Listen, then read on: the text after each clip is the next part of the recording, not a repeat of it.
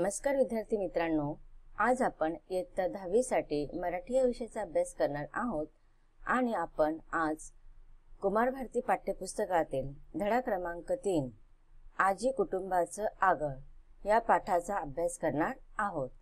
आजी कुटुंबाचा आगळ या पाठाचा हा सेशन क्रमांक पहिला आहे। आपलं जे शीर्षक आहे ते पाहूया, आजी कुटुंबाचं आगळ। आगळ आगळ याचा अर्थ काय असतो? अडचण किंवा अडसर। पण इथे आपण आगळ या शब्दाचा अर्थ आपण आधार म्हणून घ्यायचा आहे। आजी कुटुंबाचा आधार। आगळ या शब्दाचा अर्थ आपण जेव्हा पाठ पाहणार आहोत तो त्यावेळेस अधिक चांगल्या रीतीने आपल्याला समजणार आहे। आगळ या शब्दाचा अर्थ छानपैकी लेखकाने या पाठामध्ये खुलवून सांगितलेला आहे। तर आपण लेखकाच्या भाषेमध्ये आगळ म्हणजे काय हे पाठाच्या माध्यमातून पाहणार आहोत। सुरुवातीला आपण लेखकाचा परिचय पाहूया आणि नंतर आपण आपल्या पाठाची सुरुवात करूया। आजी कुटुंबाचं आगळ या पाठाचे लेखक आहेत महेंद्र कदम। महेंद्र कदम हे मराठीचे अभ्यासक आणि लेखक। त्यांची मराठीचे वर्णनात्मक भाषा विज्ञान, कवितेची शैली ही भाषाविषयक पुस्तके, कादंबरी, सार आणि विस्तार, कवितेचे वर्तमान ही समीक्षके पुस्तके, धूळ पावलं ही कादंबरी, मेघवृष्टी अभ्यासाच्या विविध दिशा हे संपादन, तो भीतो त्याची गोष्ट हा कथासंग्रह इत्यादी पुस्तके प्रसिद्ध आहेत। बघा, ह्या पाठाच्या सुरुवातीला लेखक महेंद्र कदम यांचा साहित्यिक परिचय आपल्याला सांगितलेला आहे। त्याने साहित्याच्या प्रत्येक क्षेत्रामध्ये आपलं कार्य आणि आपलं योगदान दिलेलं आहे। जसं की काही कविता लिहिलेल्या आहेत त्यांनी, कादंबऱ्या लिहिलेल्या आहेत, समीक्षके सुद्धा त्यांनी लिहिलेले आहेत। त्याच्या व्यतिरिक्त त्यांची काही कथा संग्रह सुद्धा प्रसिद्ध आहेत। कवितेची शैली या पुस्तकात 2007 साली महाराष्ट्र शासनाचा दादोबा पांडुरंग पुरस्कार मिळालेला आहे। तर हा झाला आपला लेखक परिचय। आपल्या आजच्या पाठाचे लेखक आहेत महेंद्र कदम। महेंद्र कदम यांनी या पाठामध्ये ग्रामीण संस्कृतीचं वर्णन केलेलं आहे। हा पाठ जेव्हा आपण अभ्यासतो तेव्हा आपल्या लक्षात येतं की लेखक स्वतः महेंद्र कदम हे ग्रामीण संस्कृतीमध्ये वाढल्या कारणाने त्यांच्यावरती एक छानपैकी जे संस्कार झालेले आहे त्याचंच महत्त्व ते ह्या पाठातून आपल्याला सांगणार आहेत। ग्रामीण संस्कृतीतील एकत्र कुटुंब पद्धतीचे अनुपम दर्शन या पाठातून घडते। आता बघा, एकत्र कुटुंब पद्धती आपण राहतो की नाही कुटुंबामध्ये। आपल्या बघा समाजामध्ये दोन प्रकारचे कुटुंब पद्धती असतात, एक विभक्त कुटुंब पद्धत आणि एक एकत्र कुटुंब पद्धत। आता विभक्त कुटुंब पद्धत जी आहे ना ती आज सर्रास आपल्याला प्रत्येक घरामध्ये पाहायला मिळते। विभक्त कुटुंब पद्धतीमध्ये ग्रामीण संस्कृतीतील एकत्र कुटुंब पद्धतीचे अनुपम दर्शन या पाठातून आपल्याला घडते। आता बघा, इथे एकत्र कुटुंब पद्धतीचं वर्णन केलेलं आहे। कुटुंबाचे आपल्या समाजामध्ये दोन प्रकार असतात, एक आहे एकत्र कुटुंब पद्धत आणि दुसरे आहे विभक्त कुटुंब पद्धत। एकत्र कुटुंब पद्धत म्हणजे काय, विभक्त कुटुंब पद्धत म्हणजे काय? काही कारणास्तव आई वडील किंवा काका काकू किंवा आपल्या घरातील इतर माणसं जे असतात ना, शिक्षणाच्या निमित्ताने किंवा नोकरीच्या निमित्ताने आपल्या कुटुंबापासून वेगळी होतात आणि कुटुंबापासून वेगळी झाल्यानंतर त्यांचं आपल्या कुटुंब जिथे स्थायिक असतं त्याच्या व्यतिरिक्त नवीन प्रदेशामध्ये, नवीन शहरामध्ये ते तिथे आपल्या स्वतःच्या कुटुंबाबरोबर म्हणजे नवरा बायको आणि त्यांची मुलं इतकंच काय ते कुटुंबामध्ये असतात। याला आपण विभक्त कुटुंब पद्धत असे म्हणतो।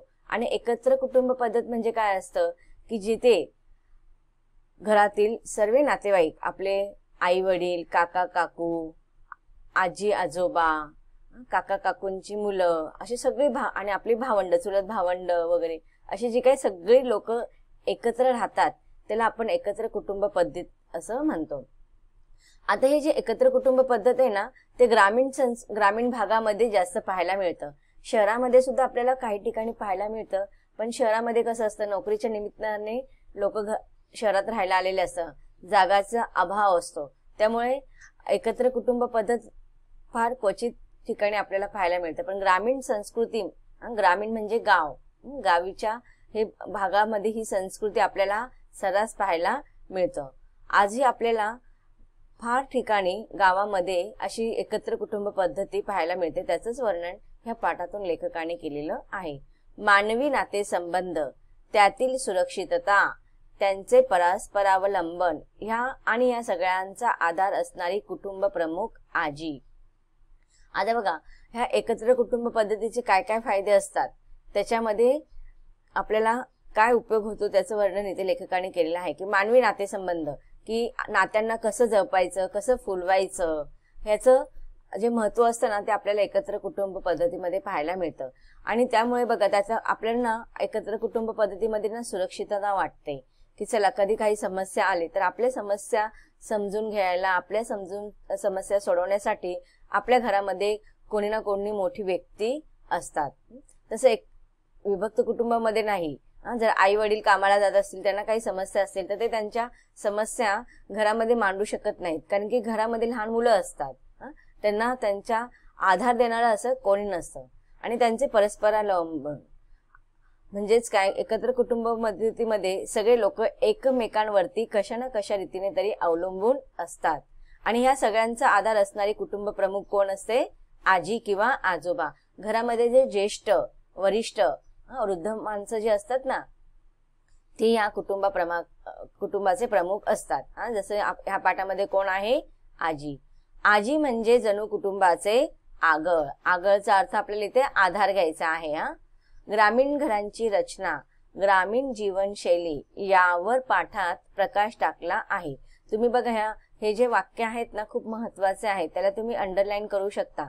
जेव्हा एखाद्या प्रश्नाचं उत्तर तुम्हाला लिहायचं असेल, ग्रामीण संस्कृतीबद्दल किंवा एकत्र कुटुंब पद्धतीबद्दल तुमचे मत व्यक्त करा, असे जेव्हा तुम्हाला प्रश्न स्वमतासाठी विचारले जातात, तेव्हा तुम्ही ह्या परिच्छेदातले काही महत्वाचे जे वाक्य तुम्हाला वाटतात ना, ते लिहू शकता. त्याच्यासाठी तुम्ही त्या वाक्यांना अंडरलाईन करून ठेवायची. बघा, काय वैशिष्ट्य आहे? ग्रामीण घरांची रचना, ग्रामीण जीवनशैली यावरती हा पाठ आपल्याला प्रकाशित करत आहेत. कौटुंबिक नातेसंबंध जपण्याचा संस्कार करणारा हा पाठ आहे. ह्या पाठाचा उद्देश काय, की कौटुंब नातेसंबंध आणि त्याचे संस्कार आपण आजही जपले पाहिजे, त्यांचं संवर्धन केलं पाहिजे. त्या काळातील मुलांचे खेळ, त्यांना मिळणारा रानमेवा, अशा अलीकडील काळात दुर्मिळ झालेल्या गोष्टींचे वर्णन या पाठात वाचायला मिळते. बघा, आजकाल मुलांना जे आहे खेळाचं महत्व एवढं राहिलेलं नाहीये, कारण की मुलं काय मैदानी खेळापेक्षा ना घरात बसून मोबाईलवरती खेळणे, टीव्ही पाहणे ह्या गोष्टीमध्ये जास्त मग्न असतात. त्यामुळे त्यांना मैदानी खेळ किंवा मुलांचे जे खेळ असतात त्याच्यामध्ये काय काय फायदे असतात, ह्या सगळ्या गोष्टी लहान मुलांना आज पाहायला मिळत नाहीत. आणि रानमेवा, रान म्हणजे काय? शेत. शेतामध्ये काय काय छान छान पदार्थ असतात खायला, त्याला आपण रानमेवा असं म्हणतो. पाठामध्ये आपण रानमेवा सविस्तर पाहणार आहोत. तर ह्या सगळ्या दुर्मिळ गोष्टी आहेत, कधी न पाहण्यात आलेल्या, कधी न ऐकण्यात आलेल्या, ह्या सगळ्या गोष्टींचं वर्णन एकंदरीत या पाठामध्ये केलेलं आहे. ग्राम संस्कृती ही भारतीय संस्कृतीचा पाया असल्यामुळे ग्राम संस्कृतीचे महत्व जपण्याचा संदेश प्रस्तुत पाठातून मिळतो. तुम्ही ह्या वाक्याला अंडरलाईन करून ठेवायचं आहे, की ह्या पाठातून आपल्याला काय संदेश मिळालेला आहे. तर आपल्याला काय संदेश मिळाला, की ग्राम संस्कृतीचे महत्व आपल्याला ह्या पाठामध्ये सांगितलेलं आहे. आता ग्राम संस्कृती म्हणजे काय? आपला देश जो आहे हा काय कृषी प्रधान देश आहे.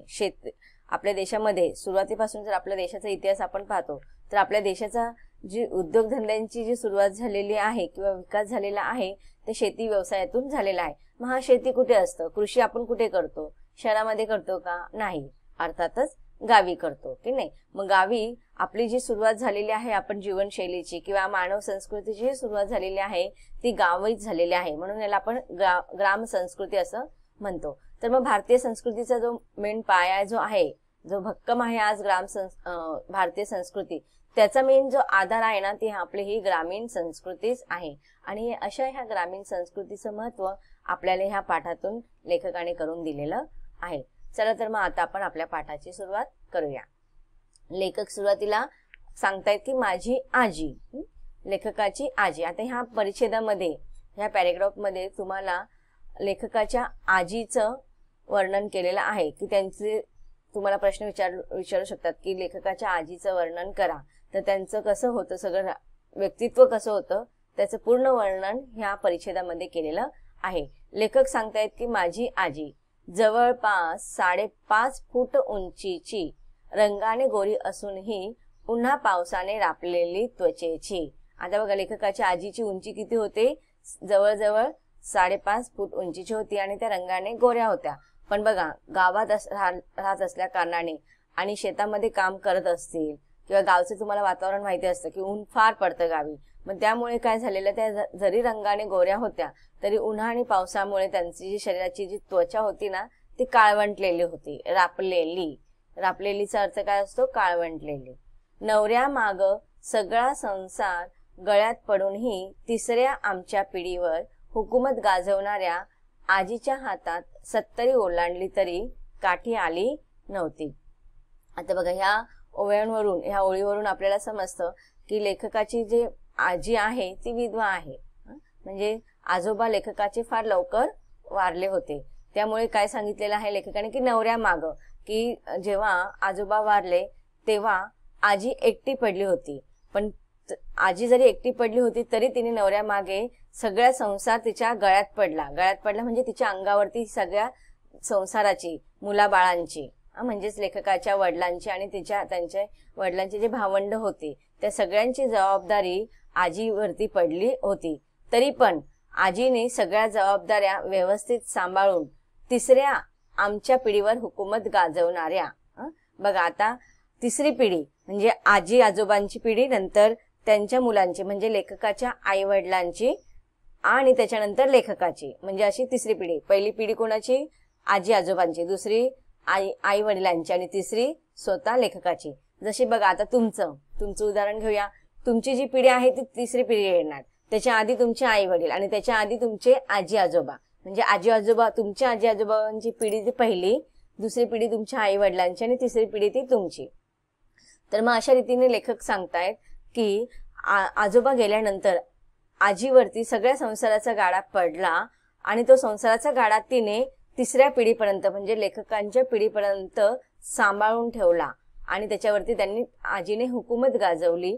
असताना तिचं वय किती झालं होतं, आता जवळजवळ तिचं वय 70 पेक्षा जास्त झालं होतं, कारण की 70 ओलांडलेले आहे ना. तर 70 पेक्षा जास्त वय होऊन सुद्धा आजीने हातामध्ये काठी घेतलेली नव्हती. म्हणजे आजी कशी होती, धडधाकड होती. दात सगळे शाबूत तर होतेच, पण मोत्यासारखे चमकत राहायचे. आता आपण बघतो की ना, आजी म्हटल्यावरती कशी काठी हातात घेणारी, दात पडलेली, अशी आजी आपल्या डोळ्यासमोर चित्र उभं राहतं. पण लेखकाची जी आजी आहे ना ती शारीरिक दृष्टीने एकदम चांगली होती. हातात काठी सुद्धा आलेली नव्हती. जरी 70 वय झालेलं होतं तरी त्यांच्या हातामध्ये काठी आलेली नव्हती आणि दात सुद्धा व्यवस्थित शाबूत होते. डोकीत एकही केस काळा नव्हता. अर्थातच लेखकाच्या आजीचे केस पांढरे शुभ्र झालेले होते. विशाल कान, मोठे मोठे कान, धारदार नाक, मस्त टोकदार असं नाक होतं. चेहऱ्यावर सुरकुत्या पडूनही तरुणपणाच्या सौंदर्याची जाणीव करून देणारी चेहऱ्याची ठेवण. आता इथे लेखकाच्या आजीबद्दल लेखक सांगतायत की तिचं जे व्यक्तिमत्व होतं खूप सुंदर होतं. मोठे मोठे कान होते, मस्त लांब सडक नाक होतं आणि आता वय झालं होतं, 70च्या पेक्षा जास्त वय झालं होतं. त्यामुळे चेहऱ्यावरती सुरकुत्या पडल्या होत्या. तरी पण त्यांच्या चेहऱ्याची ठेवण इतकी सुंदर होती की त्यांना ह्या वयामध्ये पाहिल्यानंतर लेखक सांगतात की कोणीही नवीन व्यक्ती असं समजून घेऊ शकतील की यांची जर राहणीमान 70 वयामध्ये अशी आहे तर तरुणपणामध्ये ह्या आजी किती सुंदर दिसत असणार. तर अशा रीतीने लेखकाने स्वतःच्या आजीच्या सौंदर्याचे वर्णन केलेलं आहे. ताटकणा, पायात जुन्या वळणाच्या नालाच्या वाहना. ताटकणा म्हणजे बघा, त्या अजून म्हाताऱ्या झाल्या होत्या पण अजून वाकलेल्या नव्हत्या.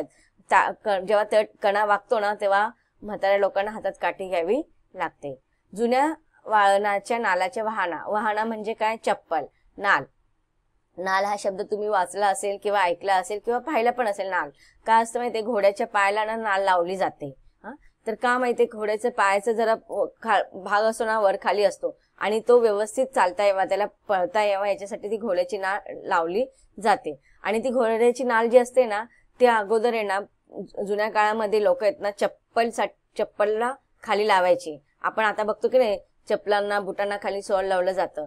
तसंच आहे ना, अगोदर जुन्या काळातील लोक आहे ना चप्पलला, वाहना म्हणजे काय, चप्पलला आहे ना घोड्याचे नाळ लावायचे, जेणेकरून आहे ना ती चप्पल आहे ना जास्त काळ टिकावी.